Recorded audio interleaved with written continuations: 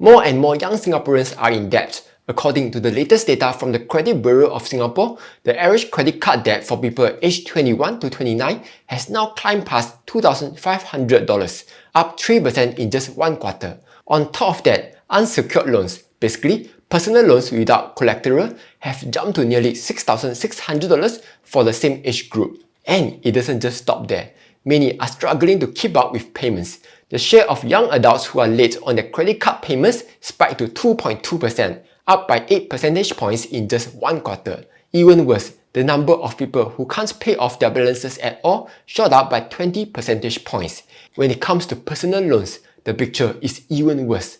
More than 11% of young borrowers are behind on payments, the highest across all age groups. I don't know about you, but that is really a worrying sign. So the big question is, why is this happening? And why are more young Singaporeans falling into debt? Let's jump right in. At first glance, you might think it's because incomes in Singapore just can't keep up with the rising cost of living. But actually, that's not the case.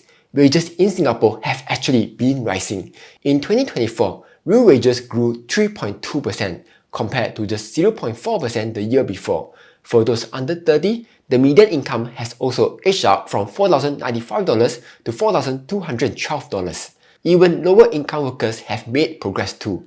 Between 2019 and 2024, the lowest 20% of workers saw 5.9% cumulative real wage growth compared to 3.6% for the median worker, thanks to progressive wage policy. So if incomes are rising, why are more young people still sinking into debt? The answer lies in financial behavior. So one big reason is the pressure to keep up. From eating out, shopping, gadgets, and travel to the latest lifestyle trends, daily spending has become a way for young adults to match what they see among their friends or on social media. One survey showed that 27% of Gen Z and 20% of millennials in Singapore admit to overspending, often just to keep up socially or to enjoy life now. And it doesn't just stop there. 41% of Gen Z say they make spontaneous purchases, and just as many admit they only pay the minimum on their credit card bills. With interest rates at 28% per annum compounded daily, this kind of behavior can trap them in long-term debt incredibly fast.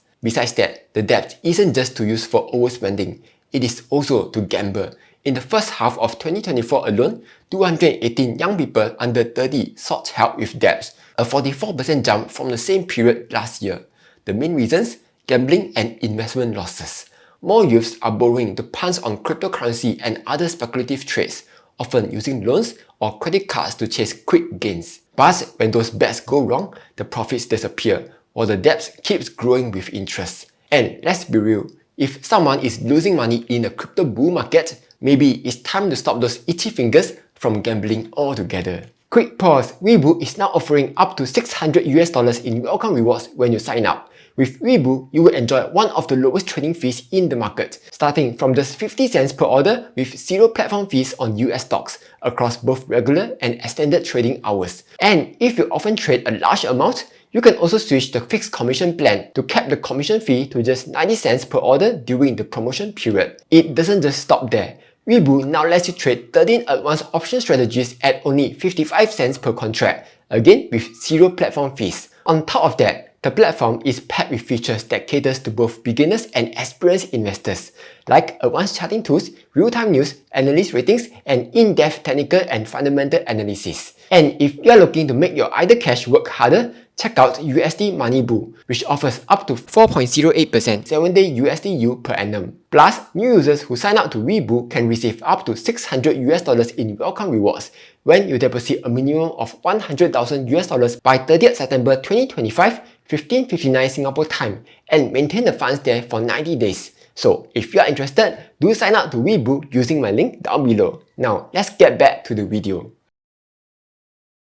Finally, there's been a shift in mindset. Unlike the older generation who saw debts as something to avoid, more young Singaporeans today see debts as normal and even useful. The IPS CNA survey found that nearly 7 in 10 young Singaporeans have used a buy now pay later plan, and about 1/3 say it has already caused them financial trouble. Credit cards show the same trend. 25.4% admitted to using them just to buy things they want, rather than the things they need. On the surface, borrowing might feel manageable in the short term, but the real consequence is the delay of major life milestones. especially retirement.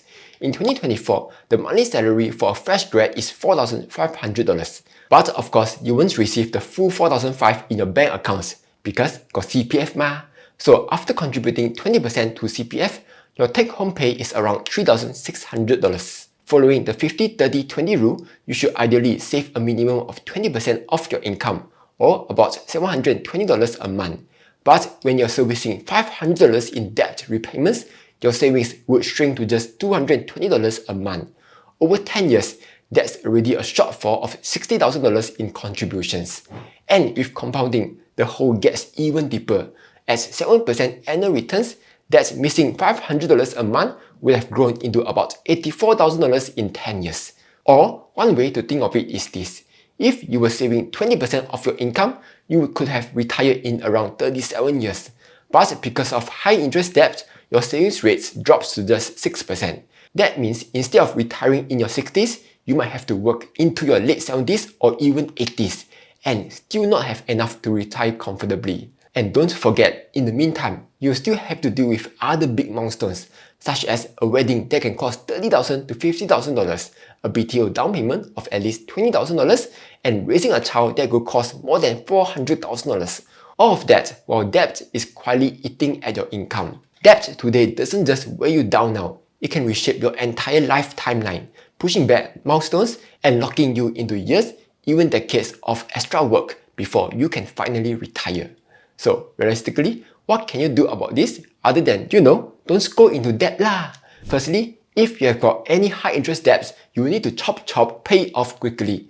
Credit cards here charge up to 28% per annum, compounded daily, which means every day you carry a balance, the interest grows. To clear the debt, some people use the snowball method, aka clearing the smallest debts first, while others use the avalanche method, where they tackle the highest interest debts first. And if you find that you have a severe big debt, like more than 12 times your monthly income, you can consider a debt consolidation plan.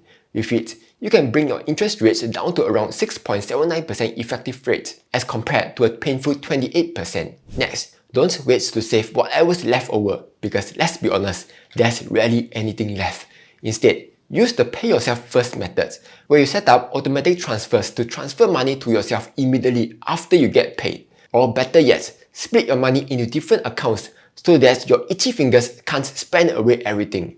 For example, you can park your everyday spending into Standard Chartered bonus saver account, which currently gives 5.5% interest per annum. Your emergency funds into OCBC 360 to earn a 2+% interest. Your midterm savings, things like wedding, house down payment, or travel-related expenses into Singapore savings bond or fixed deposits to lock in the interest rate before they go down further. And for your long-term savings, you can just set up a regular savings plan to automatically invest the money. That way, when your money is pre-sorted, it's harder to spend it all away. Next, be cautious with buy now pay later. At first glance, buy now pay later may look harmless for splitting a $200 bill. But when you stack a few installments together, all of a sudden you are paying hundreds of dollars each month. If you really want flexibility, it's better to use a credit card with a low spending limit, so that you still get to earn rewards and have protection. But if you know you can't control your spending, then it's better to just stick to cash and CDC vouchers, where you know you won't overspend and sabo yourself into a high interest debt. And perhaps more importantly, learn to live below your means. The truth is, most people overspend because they don't see why saving matters. After all, why can't I reward myself after working hard? Then that's the usual phrase, why save so much? What if I don't live long enough to use the money? But here's the thing, most of us will live long lives. Singapore's life expectancy is around 83 years and are still rising. That means you'll probably live long enough to see retirements and finally touch your CPF money. Saving isn't about being stingy, it's about buying freedom. The freedom to retire earlier, to own your home, to raise a family without endless financial stress, and to be your own boss. At the end of the day, debt is easy to fall into, but much harder to climb out of. The sooner you take control, the sooner you can stop working for money and start letting your money work for you. So anyway, that's all for this video. Hope you found this useful. Like, share and subscribe as I'll be posting new videos every week.